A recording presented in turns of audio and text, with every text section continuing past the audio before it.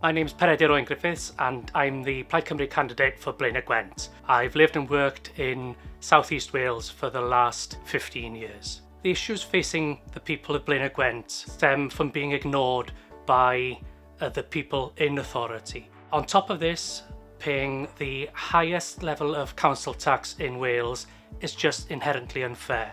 Now, under a Plaid Cymru government, we would make sure that you would be paying less in council tax. Some of the other things that we've been working with communities are the traffic issues that are happening all over these valleys.